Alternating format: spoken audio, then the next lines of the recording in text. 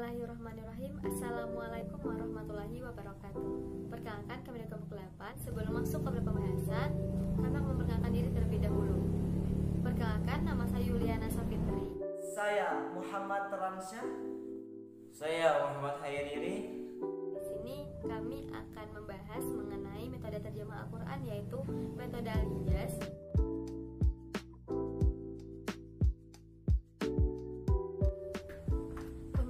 Dan tujuan metode Al-Ijaz. Metode Al-Ijaz merupakan sebuah metode yang cepat dalam memahami maupun menerjemahkan ayat-ayat Al-Quran secara perkata. Nah, tujuan metode ini yaitu mendorong masyarakat secara umum, baik anak-anak maupun dewasa, dalam memahami arti dalam Al-Quran secara mudah.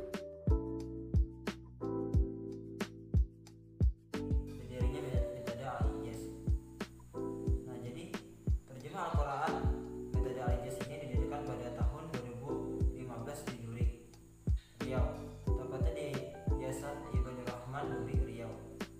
Nah, mengenai latar belakang ditemukannya metode Al-Ijaz ini, penemu bercerita bahwa pada awalnya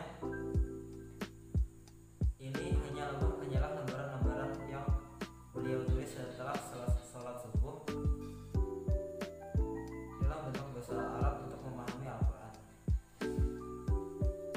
Tapi makin lama ternyata tulisan beliau disukai dan banyak peminatnya. Akhirnya terciptalah metode ini, yaitu metode Al-Ijaz. Nah, jadi latar belakang jaringnya metode Al-Ijaz ini adalah pada mulanya penemu metode Al-Ijaz ini, beliau ibaratnya setelah sholat subuh menulis lembaran-lembaran dalam bahasa Arab untuk memahami Al-Quran. Nah, ternyata tulisan beliau ini banyak disukai dan makin lama terciptalah metode Al-Ijaz. Nah, terus mengapa metode ini dinamakan metode Al-Ijaz? Digunakan nama metode Al-Ijaz ini itu diambil dari kata mukjizat. Nah, penekanan bahwa beberapa besar kemukjizat Al-Quran yang diturunkan oleh Allah SWT melalui Nabi Muhammad SAW untuk hambanya. Nah, jadi di antara banyaknya mukjizat ini adalah keautentikan bahasa dan ragam kosakatanya yang digunakan dalam Al-Quran. Nah, jadi dinamakan Al-Ijaz mengambil dari kata mukjizat, yang mana saking banyaknya mukjizat ini adalah ragam bahasa dan keautentikan bahasanya dan beragam kosakatanya dalam Al-Quran. Nah, jadilah dinamakan metode Al-Ijaz ini.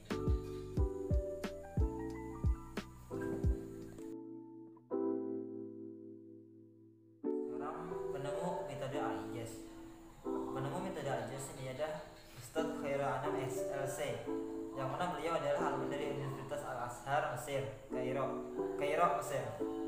Nah, metode Al-Ijaz ini merupakan hasil pengabdian beliau setelah beliau pulang dari Kairo, Mesir. Nah, jadi setelah beliau pulang dari Mesir, beliau akhirnya mengabdi ke masyarakat. Nah, jadi seperti yang dikisahkan di awal tadi, awal mulanya hanya ringkasan bahasa Arab, dan ternyata banyaknya yang suka ringkasan itu berisi untuk memahami Al-Quran. Nah, dan akhirnya terciptalah metode Al-Ijaz ini. Jadi tadi namanya Ustadz Khairul Anam SC. Sekarang kita memasuki bagaimana cara menerjemah Al-Quran. Jadi dalam menerjemah Al-Quran, yaitu dengan metode Al-Ijaz, ada dua yang harus dipahami. Pertama, struktur gramatikal. Jadi dalam struktur gramatikal ini terbagi 3 bagian. Yang pertama, isim. Isim itu adalah kata benda. Ya, yang contohnya itu ada alif lam dan tanwin. Kemudian yang berikutnya fi'il. Fi'il itu adalah kata kerja. Fa'ala, fa'ala, fa'alu, ya gitu. Terus ada huruf. Huruf ini seperti fi, ila dan lain-lain. Selanjutnya yang unsur yang harus kita pahami yaitu adalah struktur kata ganti atau domir, yaitu ada contohnya itu ada seperti huwa, huma, hum, iya, huma, hunna dan sebagainya. Kemudian bagaimana cara menerjemahnya? Jadi cara menerjemah dalam metode al-ijaz itu ada 4 di dalam menurut saya atau menurut kawan-kawan kami. Yang pertama itu membaca dengan tartil. Kita ambil contoh dari surah Al-Baqarah ayat 1 sampai 2. A'udzu billahi minasy syaithanir rajim. Bismillahirrahmanirrahim. Alif lam mim. Dzalikal kitabu la raiba fihi hudal lil muttaqin. Sadaqallahul azim. Kemudian kita harus mengulang-ulangnya dari 2 kali atau sampai 4 kali. Jadi kita yang pertama mengulang-ulangnya dari 2 kali. Selanjutnya kita langsung ke praktik cara menerjemah Al-Quran dengan metode Al-Ijaz. Jadi dalam menerjemah itu ada 4 cara menurut kami. Yang pertama membaca dengan tartil. Kita ambil contoh dari surah Al-Baqarah ayat 1 sampai 2. A'udzu billahi minasy syaithanir rajim. Bismillahirrahmanirrahim. Alif lam mim. Dzalikal kitabu la raiba fihi hudal lil muttaqin.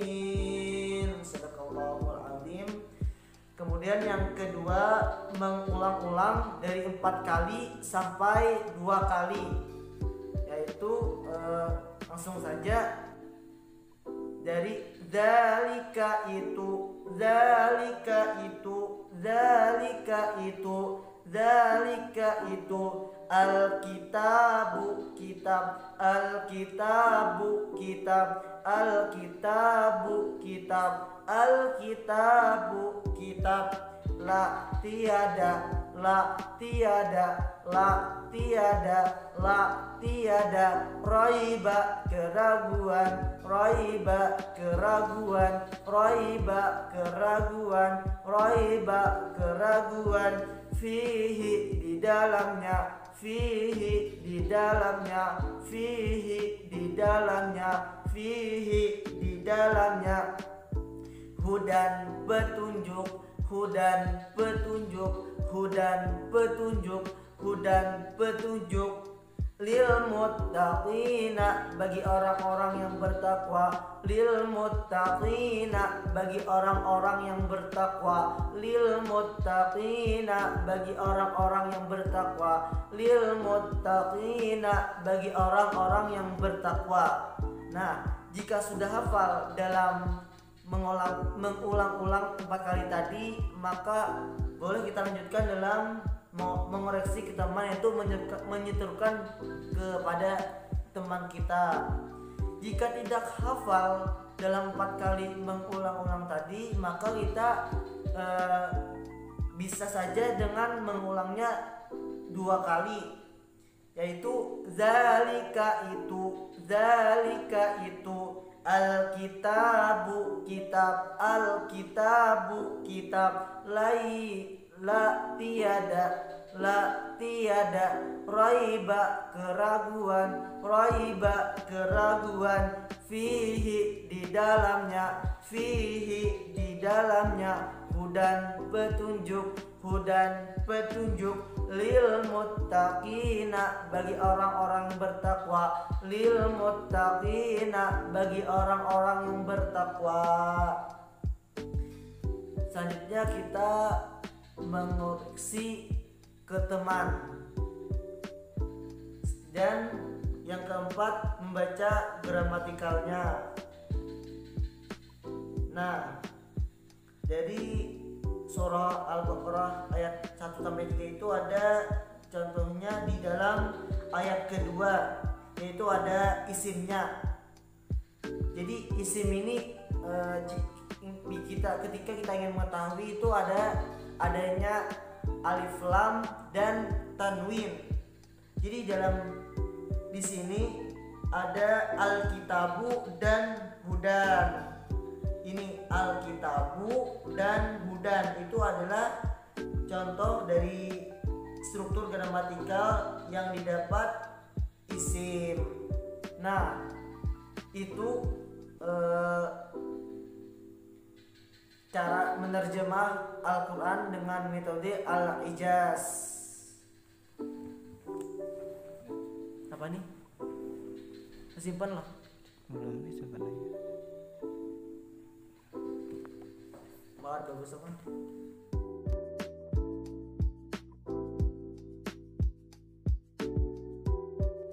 Yang terakhir yaitu kelebihan dan kekurangan metode Al-Ijaz. Yang pertama yaitu adalah kelebihan. Kelebihan metode Al-Ijaz ini adalah yang pertama, dapat diterima oleh orang baru saja belajar bahasa Arab. Yang kedua, dapat diterima oleh seluruh kalangan. Dan yang ketiga, dapat menghafal ribuan kosakata bahasa Arab. Yang keempat adalah dapat mengetahui tentang gramatikal bahasa Arab secara umum.